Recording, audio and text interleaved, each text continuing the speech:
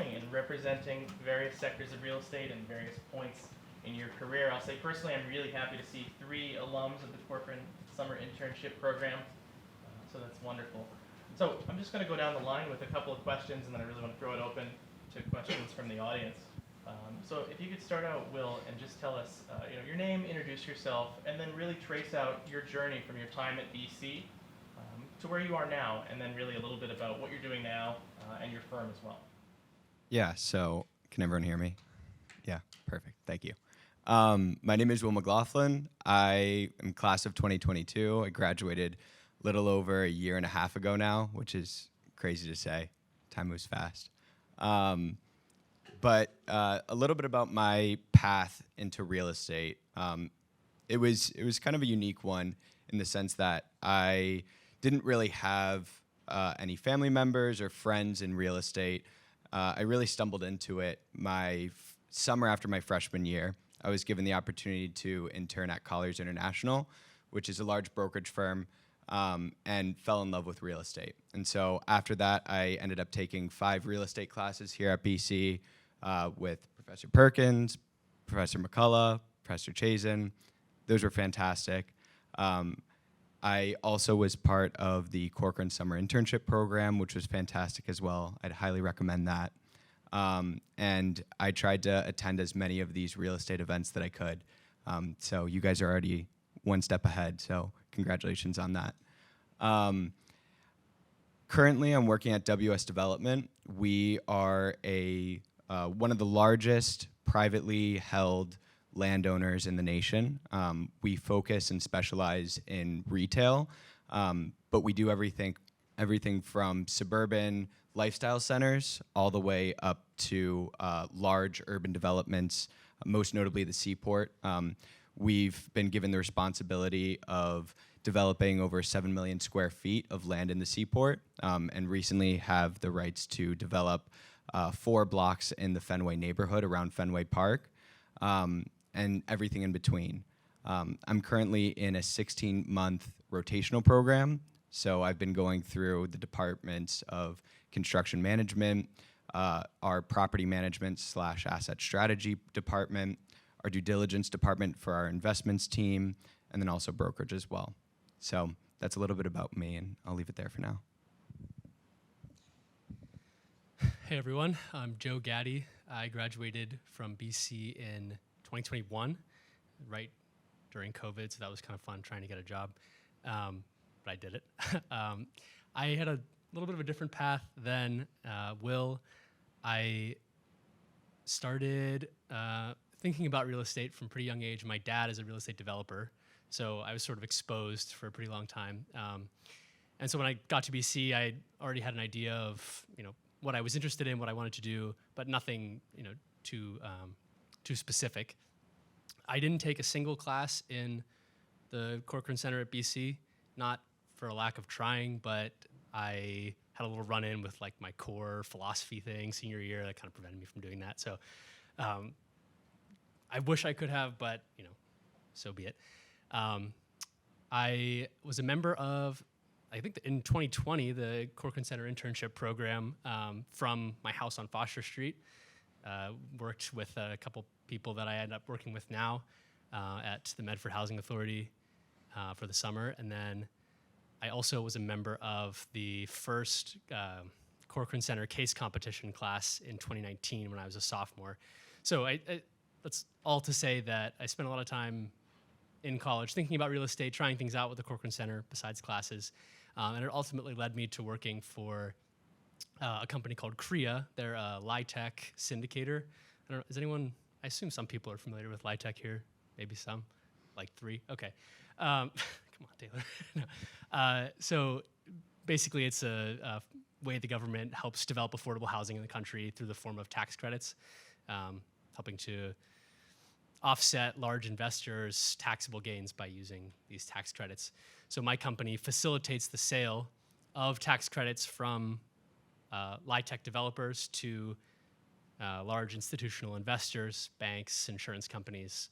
And I work on the syndications team, which is the sort of investor relations team, where we build investment funds comprised of real estate developments that have these tax credits and bundle them and sell to investors.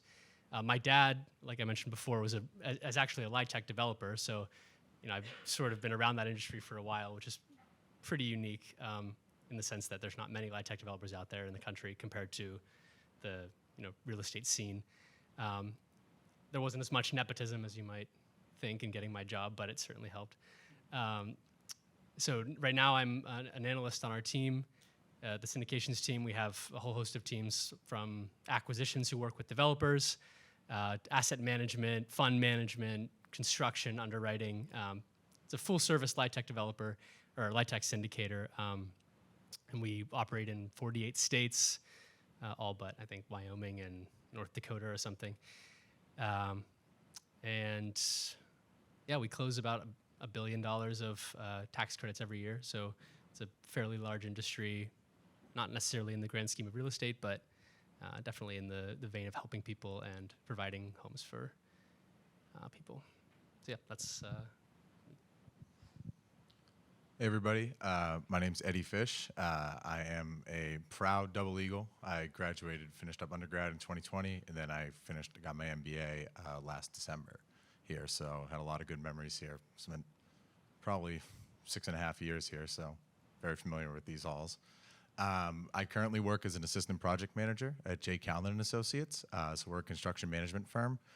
We really specialize in we do a lot of tenant improvement in offices, and then we've also recently really dug into office to lab conversions, which has been really exciting, and it's a really fascinating market that is relatively young, but it's been really amazing to work with some really forward-thinking investors who are looking at changing spaces over. My real estate journey really started out when I was young. Similar, I come from a family of people who've worked in construction and development forever. So since I was about 10 years old, I've worked on job sites, pushing brooms, carrying boxes, doing whatever it had to be, and throughout the years have gotten some really cool exposure into seeing lots of different types of buildings being built. Whether it's been working on the One Dalton project, which is the Four Seasons in the Back Bay, which is a 61-story building, all the way to building out an IT closet. So really seen a mix of different asset classes. Got to work with a lot of really interesting individuals and a lot of really interesting companies. I think that for me, and working with the Corcoran Center throughout my grad school experience, it was you all have an amazing opportunity to take advantage of a lot of really cool resources. And I think you see by the diverse group panel here of people who have really in all different asset classes and have really worked across the real estate industry in total. There are so many different opportunities to get into, and I'm excited to kind of talk to you guys about construction and also hear what everybody else here has to say. Thank you. My name is Scott Greenhalgh. I'm a grad of the class of 2022, so like Will, also pretty fresh. And my role is a little different. I'm working at the Boston Planning and Development Agency, so we are the regulatory authority for the city of Boston. Anytime there's large-scale private real estate development in the city of Boston, it has to go through our agency to get approved through affordability levels, if it's a residential building, or urban design, environmental sustainability, transportation impacts, all of those aspects. The project has to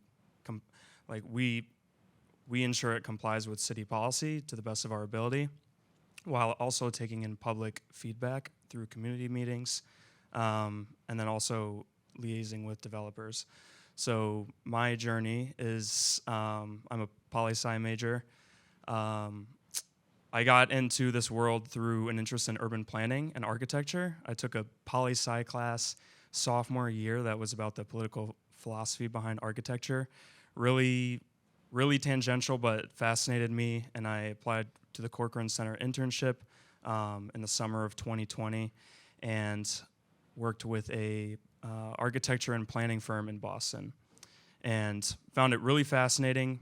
Tried to take as many urban planning or architecture related courses throughout the rest of my time at BC, and then just cold messaged everyone on LinkedIn, like afterward, looking in opportunities in New York, in Boston, just anything related to urban planning or architecture, and ended up at the BPDA, and I've really enjoyed it. Happy to tell you more about it.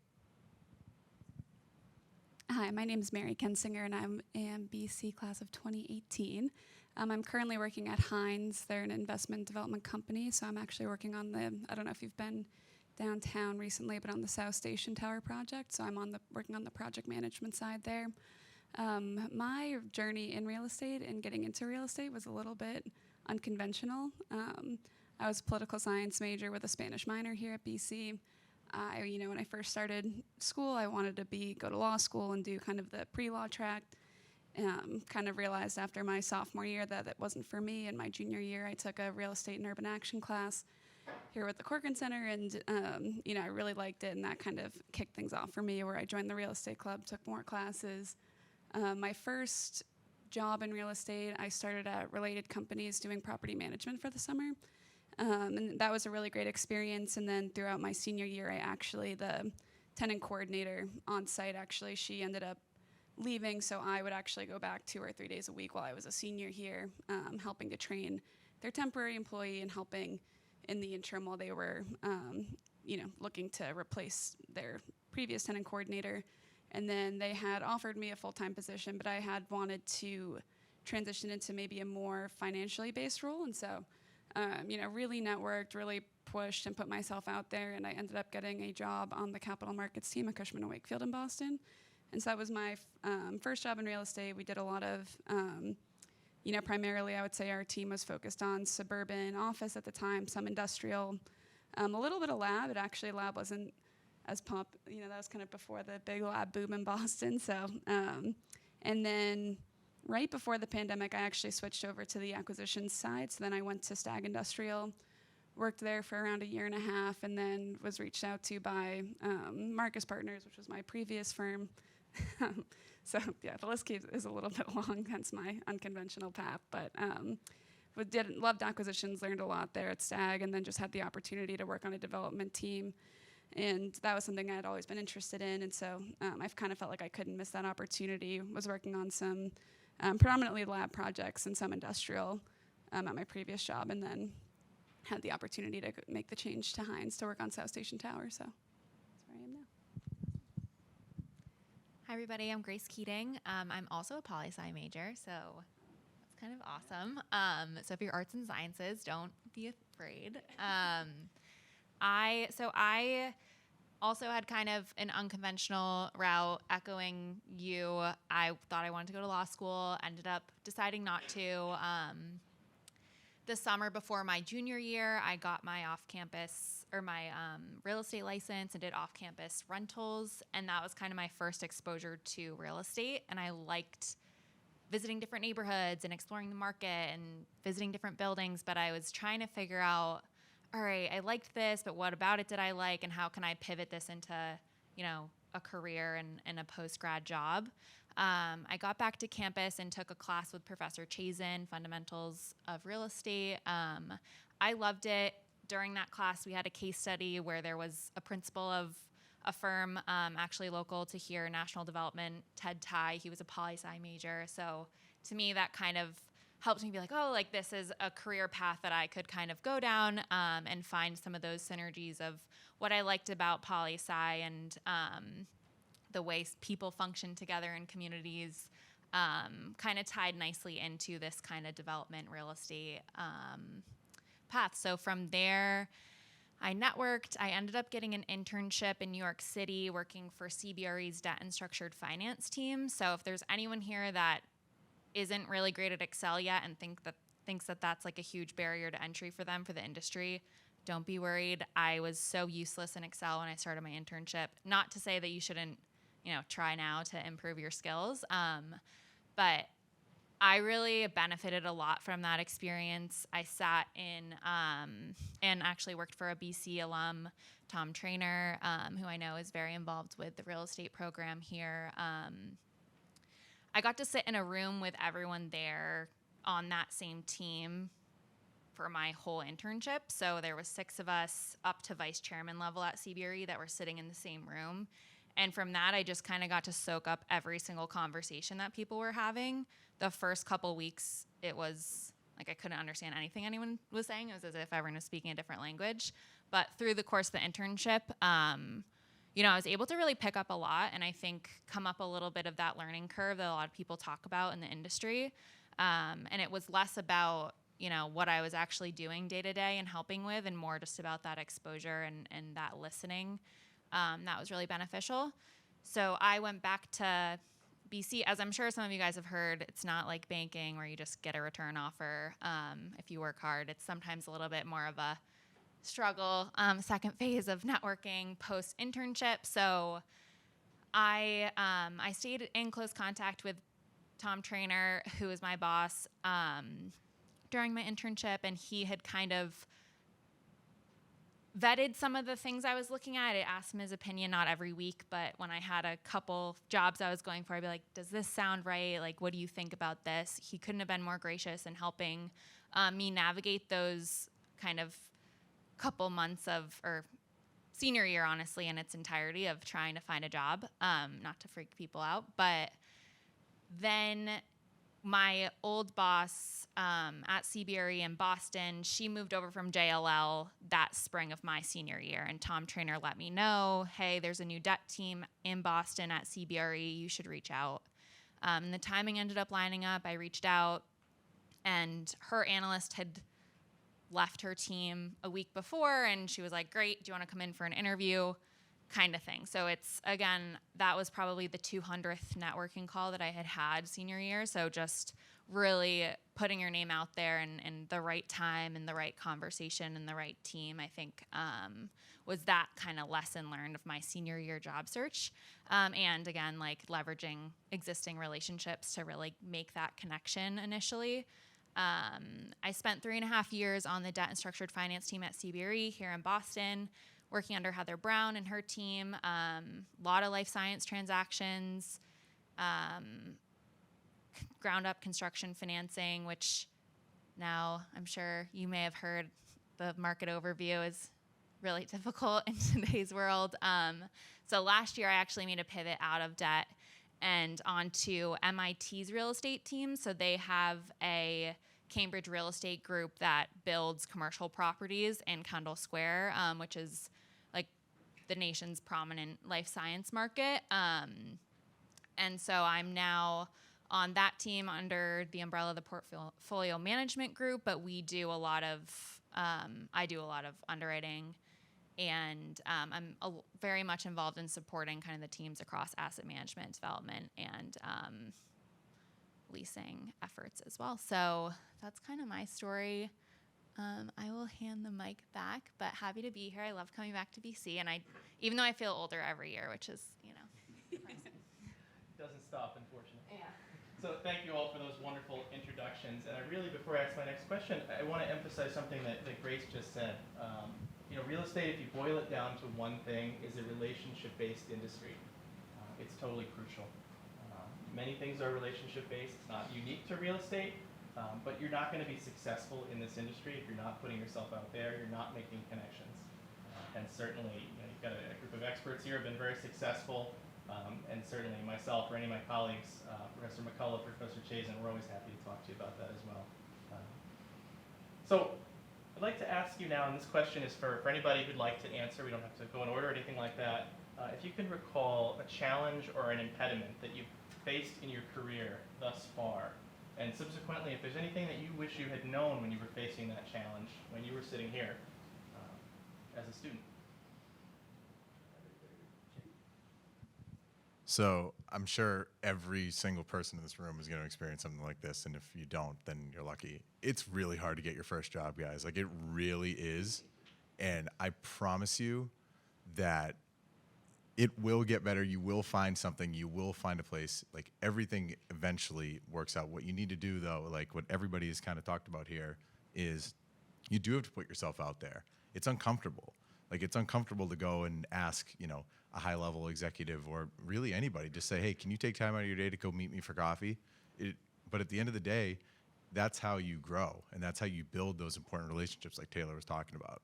And I think that when I was going through my experience of trying to find a job, really for me, it was I would go and I would get excited about something and I would put kind of all my eggs into it and I would be really excited, and then they'd say, oh, I'm sorry, we're not hiring. And it's one of those things that constant fear of sort of being rejected is a really tough thing to deal with. But the more and more you keep doing it and you get more comfortable with making those conversations, going out, using this network, like the BC network is incredible. And you could talk to anybody across so many different companies, and I guarantee you that if you reach out to them, more often than not, they're going to want to meet with you and they're going to want to talk to fellow Eagles. So it really is something that, it takes time. Don't get dejected, when people say, hey, we love you, but not right now. Continue to press on, and I promise you that eventually, once you find that opportunity, you find that right place, it will all be worth it. So I think that, the biggest piece of advice is just really stay calm, keep focusing. You will find somewhere. You all are incredibly talented. You have incredible backgrounds and, with everything from the Corcoran Center and all your resources. So I would just say continue to keep pushing and don't be afraid to reach out, because people do want to help you. And I know you'll probably hear that time and time again, but it really is true.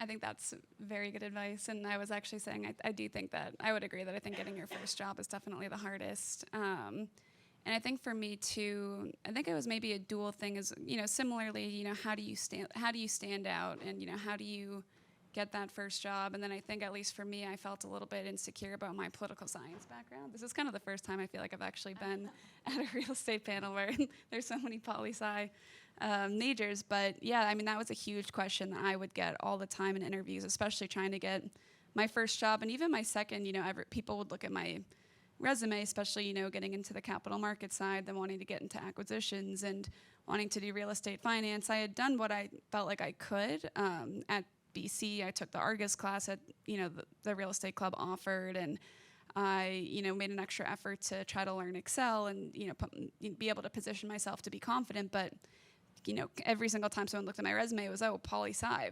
Why do you want to be in real estate? Why do you want to do finance? Can you do math? Or some questions that I got.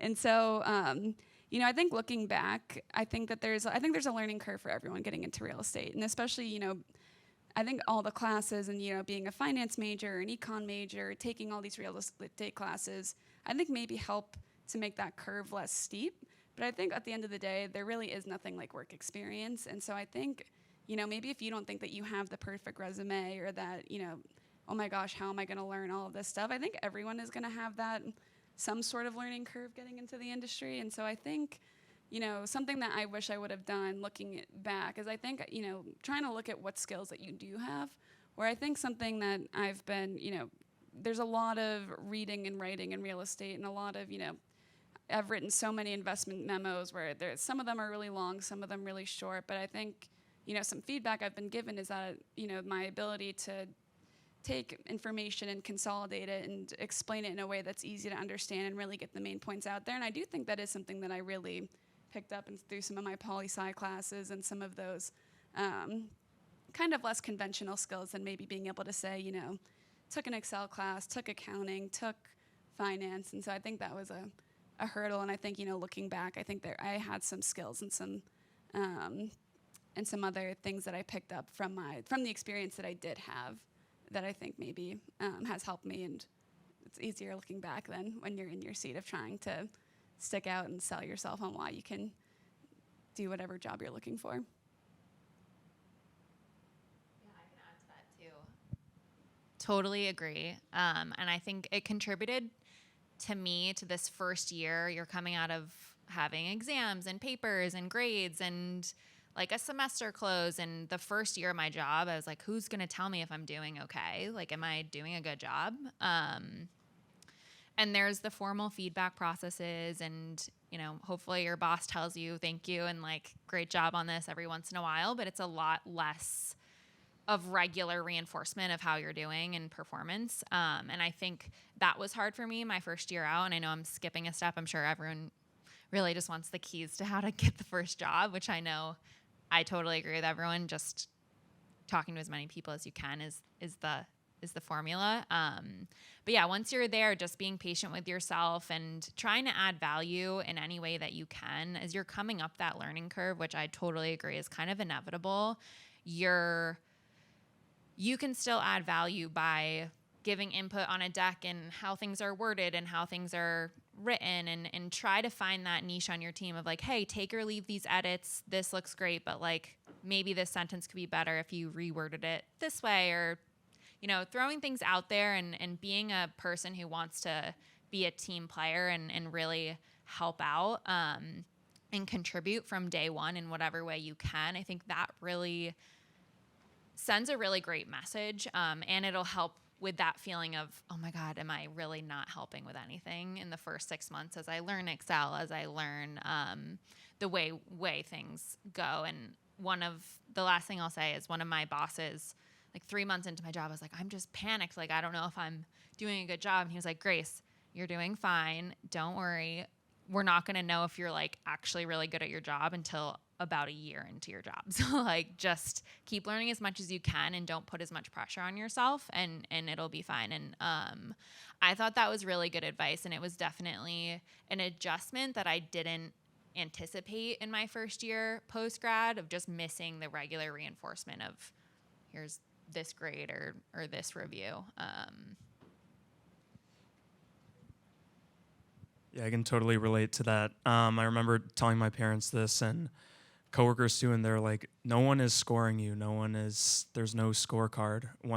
Yes, there are performance reviews every 6 months or a year, but no one is analyzing every single thing you do. They're way too busy to do that, honestly, in the working world. And I'll go back to the networking point. One aspect of relationships and building relationships, I think, that helped me out is that as I talked to more people and talked to people at other firms, I could reference, okay, hey, I talked to people at these other firms in the industry, and that. So even if say if I talk to someone in an architect firm, I could say, hey, I talked to these people at other architect firms, or I talked to people at engineering firms or multidisciplinary firms, and just having that, coming across with that knowledge base of the industry goes a long way. And just having initiative, talking to people can see that. And also, yeah, BEC alumni really helped me in my job search. They bent over backwards to help me, even though I worshiped them and thought, wow, you're like way too important to be talking to me right now. But you just take everything you can get, and don't be shy reaching out to people, cold messaging people. For every 10 people I messaged, I probably got like 3 responses, and then out of that, maybe 1 person would talk to me. But just every conversation was valuable. I could ask, okay, so are there any other people you think I should talk to? What books have you read?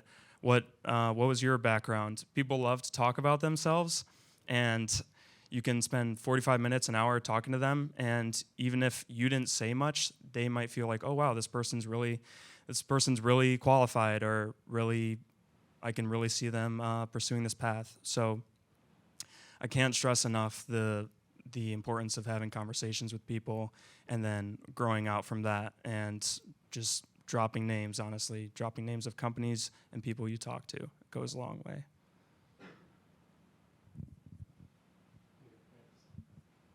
Keep going? Or? Yeah, please. So one of the things I know they encourage you to do at BC is ask questions. And I can't really reiterate enough how important that is. When I started my job, I had so many questions, but I was so nervous to ask them because, like we said, everyone is busy. Everyone is so busy. But I realized something about 6 months into the job, maybe. It is to your employer's benefit for you to know what you're doing. So, and I know that sounds kind of obvious, but if the more questions you ask up front, the more times that you ask them to explain something to you, and the better you become at that task, or have an understanding of what you're supposed to be doing, the more beneficial you are to that person later down the road. So after about 6 months, when I finally got a little less scared, I would just have no hesitation asking someone a question, putting a meeting on their calendar, making them talk to me, because I knew, 6 months to a year, to 2 years after that, it would serve them better in the long run. So I think that's something really to keep in mind as you are sending these LinkedIn messages, as you're asking people for their time. Even when you start your job, that's invaluable to continue to ask those questions. Yeah, and then for me, something that I'd say I really struggled with before I even started my career, which I'm going to echo what a lot of people have said on this panel, is I got told no a lot. For 3 years, I was told no over and over and over again by everyone I talked to, which is a terrible feeling, and it sucks. But you probably will face that a lot as well. I knew from my sophomore year that I was interested in real estate development, project management, and something that I was told by a lot of people was it's hard to get a job right out of college in development, which is true. It's definitely difficult. And I was told to start somewhere else, whether it's in finance or construction or law, and then laterally move in 5 to 10 years after I started my career. And that was consistently told to me for 3 years, and it was tough not to believe it. But through my networking at BC, I met multiple people who had started straight out of college and had gotten into the development space. And so I knew it was possible. And I think I tell that story because I think one piece of advice that I got early on was take everyone's perspective and advice with a grain of salt. And I think that's important because everyone has a different path to get to where they are. Real estate is huge. It's such a massive industry, and there's so many different facets to it that there's not one correct way to get there. There's not one path that's going to take you from point A to point B. But everyone only can have their perspective and their opinion. So take everyone's advice with a grain of salt. It's important, it's valuable, but you're gonna talk to a lot of people who have different perspectives. So that's what I would say. I wish I knew at the time, was to hear the no's and keep going. Wonderful. So this will be my last question, and I hope that you all will avail yourself afterwards of the opportunity to ask our panel the questions that you have. Earlier we heard in our market update from Jamie Peschel from Longfellow, there's some challenges out there in the market. But conversely, I'm curious from where you all sit in your various spots in the industry, what are some potential areas of opportunity that you may perceive for the next generation of leaders who are sitting in front of you?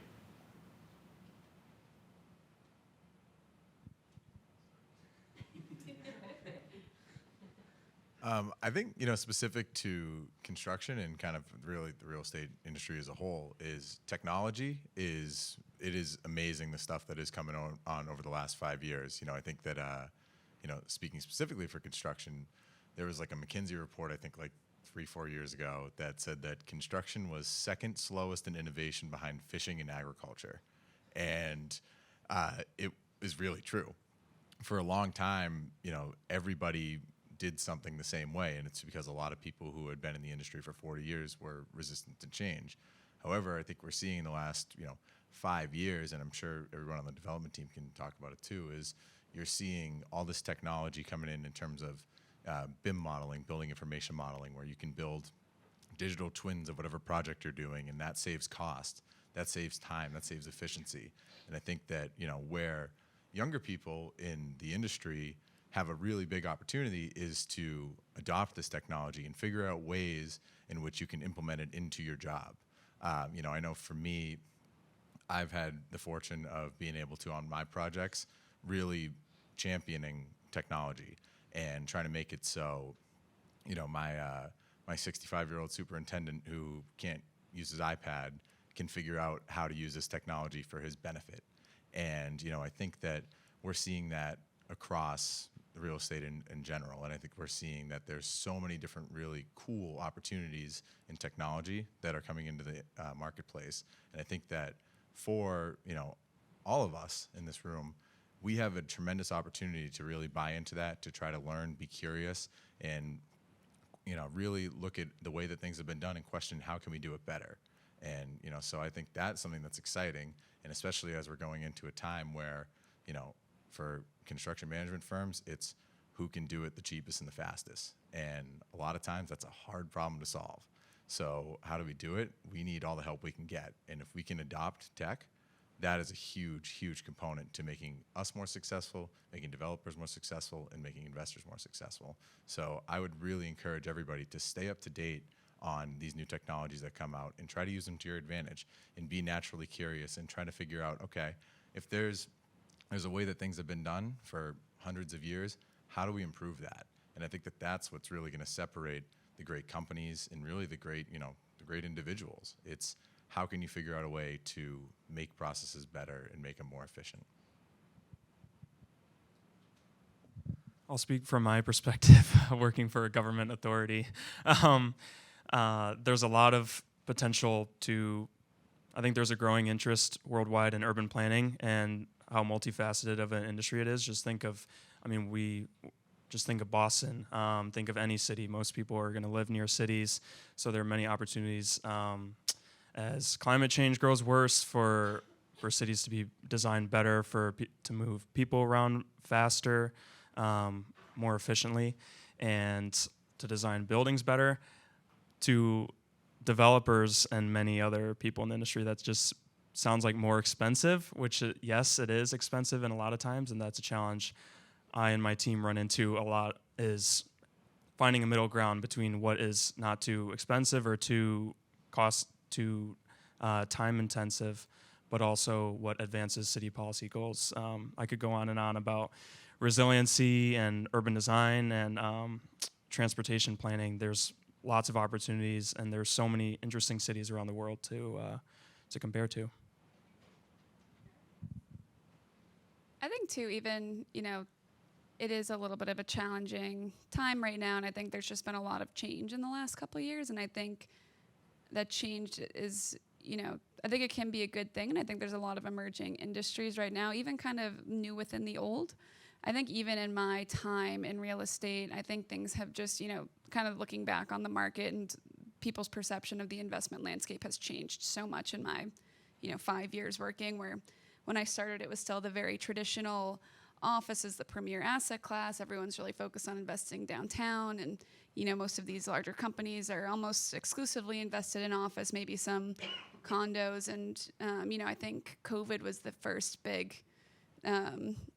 change that I really saw, where when I made the move to go to work at an industrial company, that was a little bit not taboo at the time, but people were like, "Oh, that's interesting. You're going to go work for an industrial company." And then COVID hit, and now everyone invests in industrial. And then labs sort of was a little bit of a pioneering thing, and then all of a sudden everyone was doing lab. And so I think even just within the old or the more traditional way of real estate, and I know there's kind of not alternative but different investment strategies that people are looking into, like senior housing has become a bigger focus.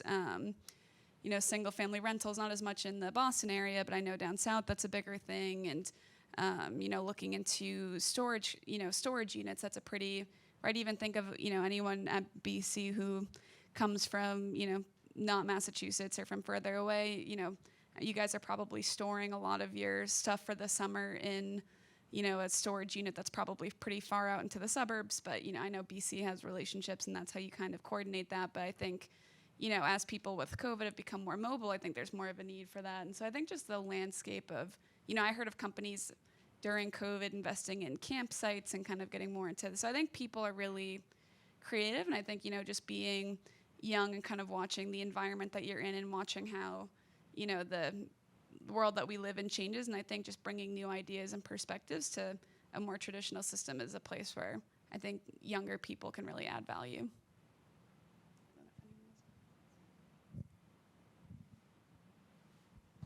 Yeah, I think one thing for sure that I think is really good advice is just being creative in terms of today's challenges.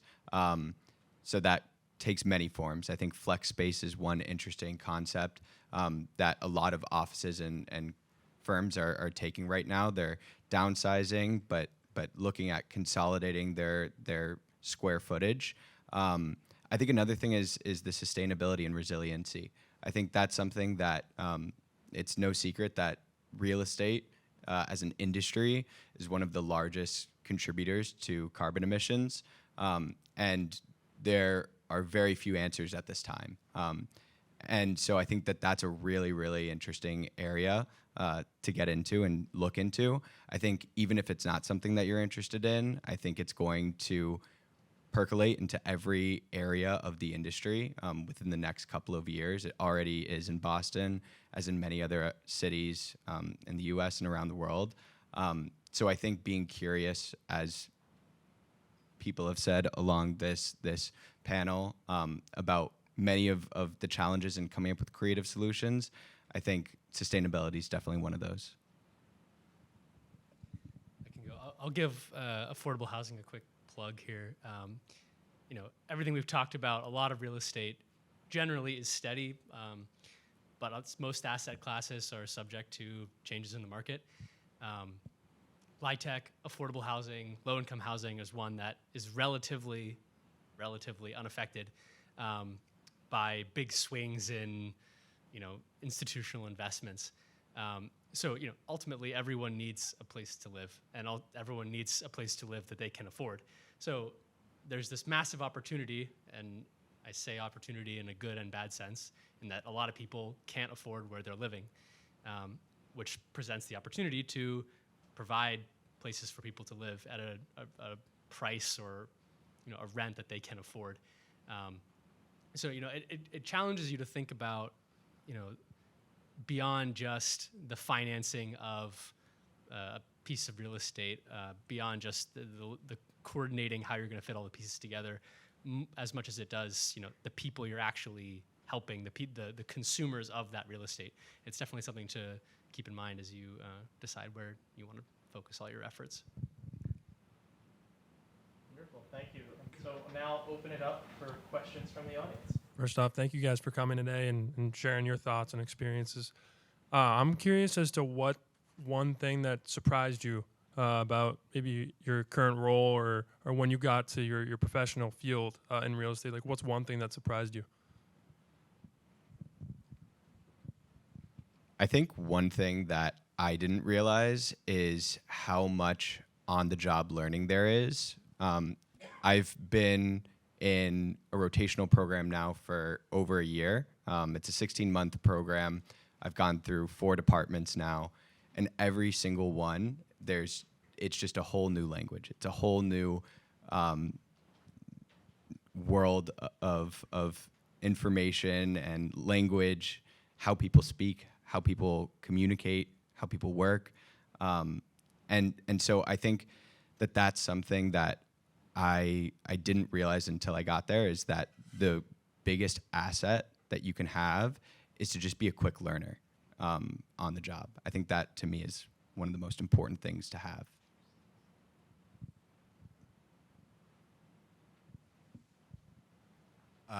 I think for me, one thing that kind of surprised me was truly like how many hands and people are really involved in any kind of project, or really, anything that has to do with, in real estate. I mean, there's so many different stakeholders, and there are so many people that get affected by the work that you do. And I think that really makes communication an incredibly important skill to have. And so, I think that throughout my experience, I've learned that, you need to learn how to communicate with all different types of people. It's much different, talking with a lender than talking with, an engineer. It's 2 very different skill sets. It's 2 very different ways to, how you look at a project and how you really look at the world.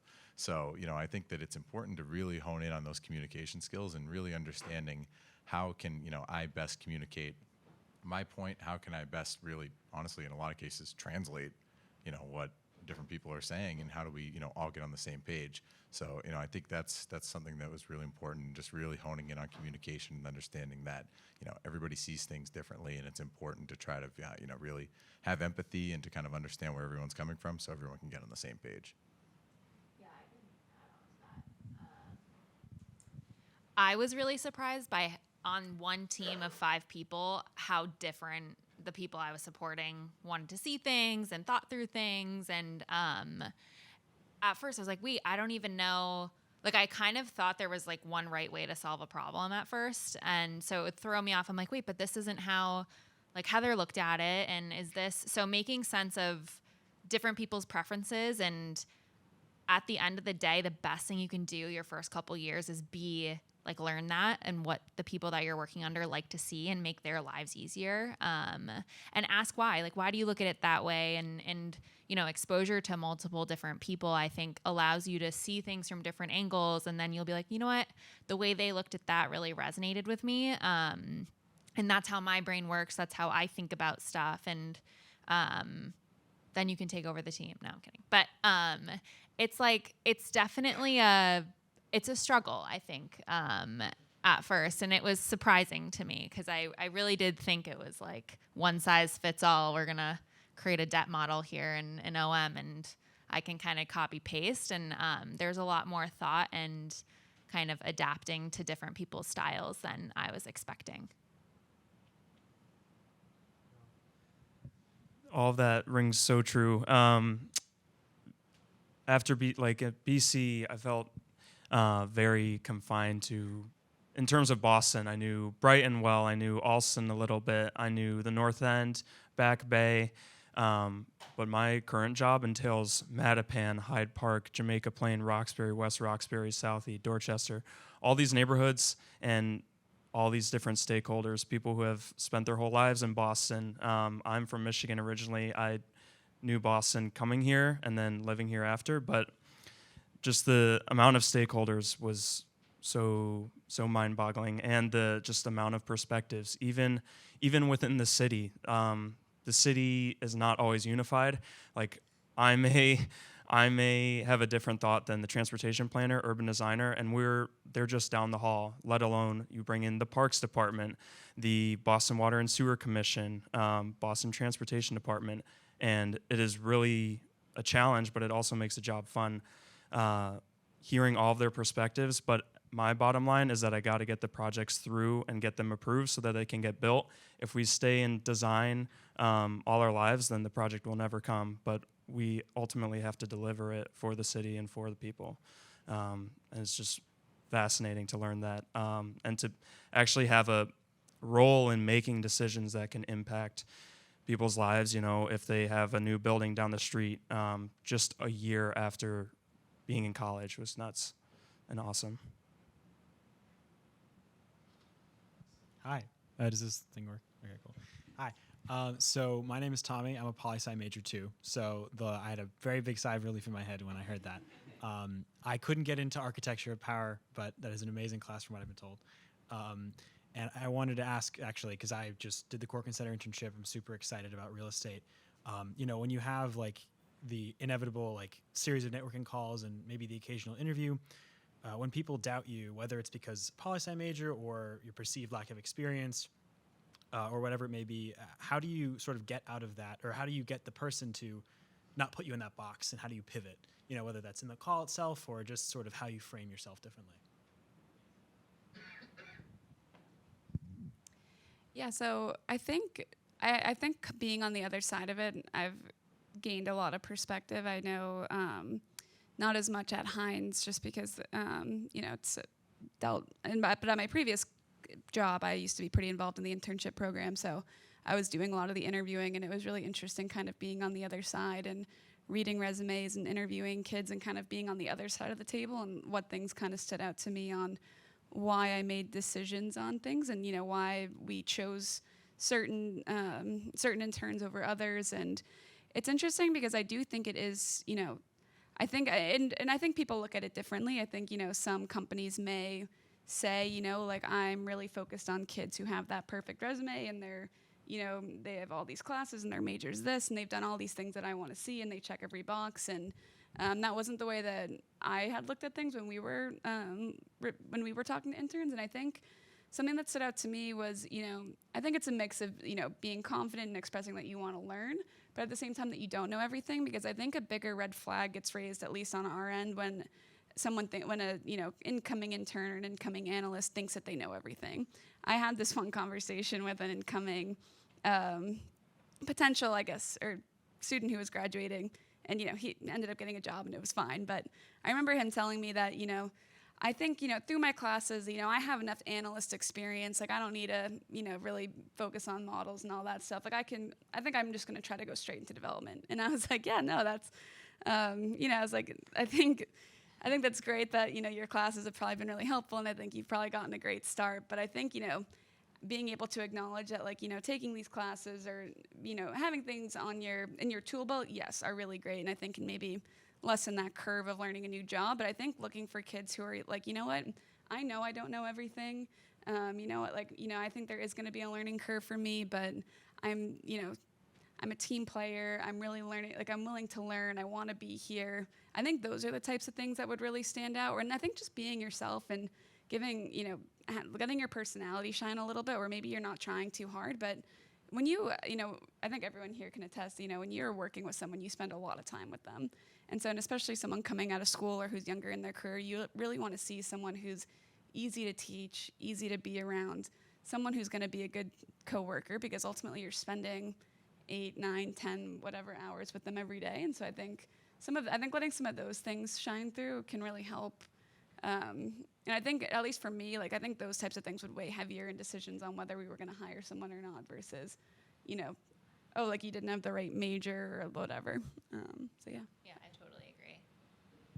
I would also say similarly, when I was at CBRE, we were hiring an analyst, and we had 3, I think it was attention to detail, intellectual curiosity, and writing skills that we were really focused on. So, that was for a debt and structured finance team, which I hope doesn't scare people that are really into the numbers, because that's still really important. But ultimately, attention to detail and just being a curious person that wants to learn and expressing that by showing up to these calls, researching the people that you're talking to, have not in a weird robotic way reciting facts that you just Googled, but have some thoughtful things, ask some thoughtful questions, and show a willingness to really, a genuine interest in the industry, I think is really important. And also, this may be a little controversial, but in the era of work from home and COVID, et cetera, I think focusing on the emphasis of in-person learning and those interpersonal connections and relationships, I think is really important. I think it is a limiting factor, at least from our perspective when we were hiring, of people that wanted to be remote. It just wasn't really that for our team wasn't a right cultural fit. So I would say, I think graduating in 2019, I worked 9 months when it was a full mandatory 5 days a week kind of program. And you're definitely in a good era when there's a little bit more flexibility. But I would say, similar to not going into stuff with the I know everything, I would say be very open to being a part of the culture and the in-person experience in whatever, process that you're going through, which that's my opinion. So caveat, but.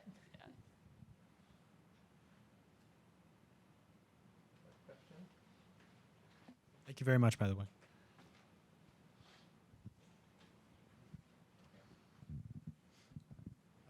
First off, thank you for all the information you guys shared. It was really valuable. This is a specific question for those who work in construction.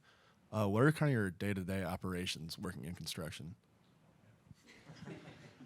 Well, yeah, that is, it's funny. When I first got into the job, I kind of thought that, I'd be out there, maybe I'd, put a hammer down and kind of, really be building stuff with my hands. And then I kind of realized that, they hire people who, have, we have great subcontractors who do that and are very specific in their, tradesmen. So, that's what they do. But, really what my day-to-day job revolves around is 1, managing a budget, 2, managing a schedule, and then 3, managing the on-site logistics that go on at different job sites. So,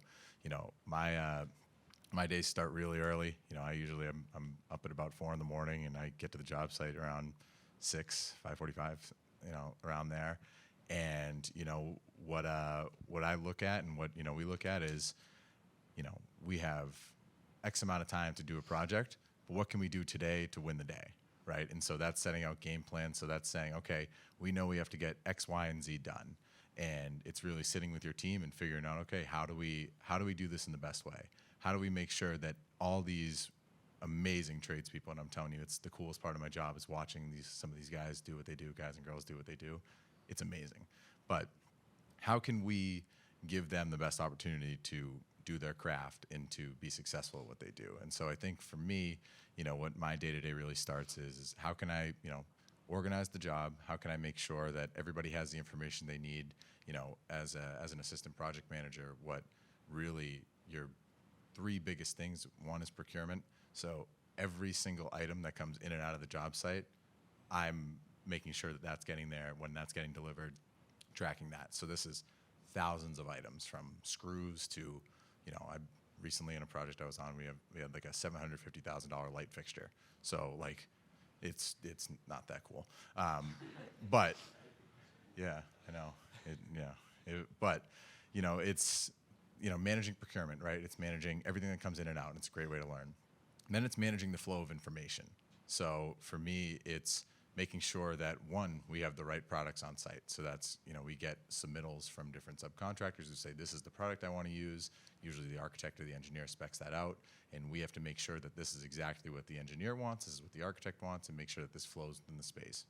And then three, another thing that we really do is request for information. So, in a perfect world, everything that would be on a set of drawings and a plan, you would just do it, no one have any questions. That never happens, right? So we basically have to take the questions that come up in the field, and we have things that come up, and we need to problem solve. So where it is we, look, say a dimension is off, or say, there's various things that could happen.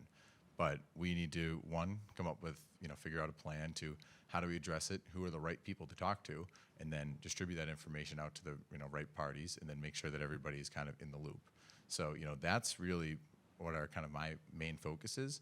And then, I think that as I've gotten more experience and I really started to understand it, really understanding the finances of a project and understanding, we have a budget, the developer has a budget, we need to make sure that, we stay within that, and then also, make sure that we stay within schedule, because that's really become what the key thing is for everybody. So I think in general, the most important thing that I do is really maintain communication between all kinds of parties.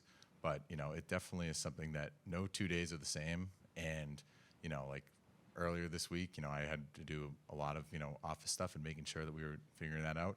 And today I was, in the field, like really getting into the weeds of, how are we going to get this piece of ductwork through, through the ceiling. And it definitely is fun and exciting. And, it's something that I wake up every single day and I'm excited because, at the end of the project, when you see something that you had a piece of building, it's one of the most rewarding things ever. And, I think that it's really been an amazing experience for me, and I've learned so much. And I think that, it is a really exciting part about working in the industry. We have time for one more question.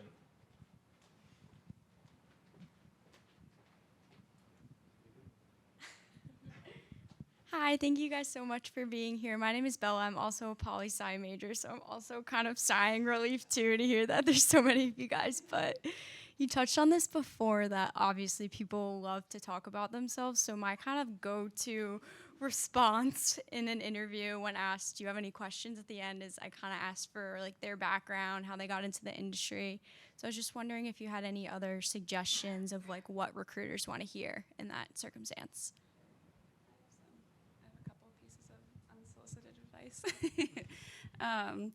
I think a couple things is, and I don't know about the rest, I'm sure that you guys do too, but I just get tons and tons of messages on LinkedIn, like through email, whatever, just, can I get a phone call? I think everyone's kind of gotten the memo that networking is really important in real estate, which is great. But I think then it's kind of, how do you make that connection personal? Because I do think that, when I walk away from a phone call or something where it feels like, very, like we didn't connect on anything, I think trying to find something to make that personal connection, I think, right, when reaching out to a BC alumni, I think that's something really easy, is to, talk about yourself a little bit, like kind of bring you back into like your experience, try to find something that you can really connect on, because then you become someone that you'll remember, and it's not, you don't kind of fall into the blur of the 20 kids in my LinkedIn inbox who are all asking me if, I have time for a 20-minute phone call. And I'm really interested in learning about real estate and blah, blah, blah. So I think making it personal and trying to find some sort of actual personal connection, because I think that comes off also more genuine. I think it can be a little bit off-putting when it feels so formal and so scripted and so, like robotic in the sense of, these are the questions that I'm supposed to ask in an interview, and then at the very end, I'm supposed to ask if they have anyone else that they think I can connect with, or is there anyone in the New York office for that position that you can connect me with, and some like all things like that, where then it's like, oh, okay, like I feel like I got the, not like the runaround, but trying to make the conversations feel different, feel genuine, and trying to find, one of the people that really helped me get my job in real estate, I remember him and I found this connection because he played sports and I had played sports, and then it turned out that his wife and I had both had the same coach, and then we both had the same experience. And then he was like, oh man, like, you should meet my wife. You guys could go on about it for hours. And so that was something that we really connected on, and that was able to really kind of, we formed, I would say, more of a friendship from that point, where then we were able to, I would follow up, we'd stay in touch. And I think this is kind of echoing what Grace said earlier, but when I was a senior at BC and I was trying to interview or look for jobs and network and do all that stuff, I did go and, right, this is pre-COVID, kind of being in person was a bigger thing, but I used to go in and meet people for coffee probably twice a week. And so I was jumping on the green line, going in, and I think now, I know people are busy and it's really hard, but I think, when I meet someone in person and there's a student who shows up in person to get a coffee with me, I'm like, wow, that's a lot of effort. They really want to meet with me. They're not just, sending me a bunch of times that work for them, asking if I'll, take time to, get on a phone call. I think that feels a little bit, it's so much more personal to meet. And I think just like showing the effort on your guys' end of, I'm really serious about this. Like, I'm willing to come and meet with you in person, talk to you in person, like, maybe make that trip into the city or wherever, I think really can help you stand out and kind of help, like, maybe, that maybe gives you like a little bit of an edge over someone where it's just a 20-minute phone call and you probably kind of forget their name a couple of days later, and someone's looking for an analyst and you can't remember the 20 people who reached out to you. So, yeah. Yeah, to piggyback off that, definitely it's worth it to go in and meet the people in person. Like, putting a face to a name makes a huge difference. But I kind of have an embarrassing story about this. So, as I was going through the internship process, I went through about 6 rounds of interviews at Boston Properties. And the last question that they asked me caught me completely off guard. And it sounds really simple, but it really caught me off guard, but it really stuck with me. And now I use it on everybody. What's your favorite building and why? And it took me a minute because I was like, that's such an easy question, but it's so hard. And like, I can't really think of why I like necessarily loved one thing. And that question really stuck with me. And I'm always curious when, I meet with people and network people and I ask them, what's your favorite building and why? And it kind of throws people off guard, but then you really get to see like why people are interested in real estate and what is it that drives them, And so I think that it's making sure that you are asking those questions that aren't just the, kind of as Mary was saying, like the same questions that everybody hears. It's being a little unique, something that's memorable. And I know, like, I will never forget the person who interviewed me at Boston Properties. And now, like, that, like, finding those little things that can make yourself just a little bit different, I think makes a really big impact and shows that, you're an authentic person who really cares. So. I'm gonna use that, by the way. I think I'm going to piggyback off of the sentiment of being personal. I can't tell you the amount of phone calls that I've gotten on where it's a set of 3 quick questions for me. Then it's a 5-minute monologue about them, and then thank you very much. And then you get maybe an email afterwards or something like that. But it's really hard to make an impression that way. I think going in person is really great. A little LinkedIn stalking never hurt anyone. I think that it's super helpful. I did it so much, and I think there's a way to weave in some questions that are more personal to them without it being creepy. It's an art for sure, but there's a way to do it. And I think asking questions about their company, it's interesting because I don't think people do it as often as they should. But when I was networking with people and I'd ask them questions about projects they were working on or something that had just happened within the past like 48 hours within their company, some news story that I might have read, their face kind of lights up a little bit because it's like, wow, you really did your research. Like you care about this phone call. You care about this company. You've taken the time to learn about what we do and what I do. I think that is really, really helpful and goes a long way. So highly recommend that. Don't just pointedly ask someone about like a high school post that they made though. Like that. Yeah, I have like one really quick thing to add, and it's really simple. But when you start the call, like kick it off. Like don't wait for the person you're talking to, or in person it's easier because you're obviously going to start the conversation. But I've gone on a lot of calls and I'm like, so like, why did we, yeah, I'm like, why are we talking? And so make sure you're proactive with what you want to say when you first. I think saying thank you at the beginning and sending a thank you email is huge. A lot of people don't send thank you emails, or I haven't gotten a ton.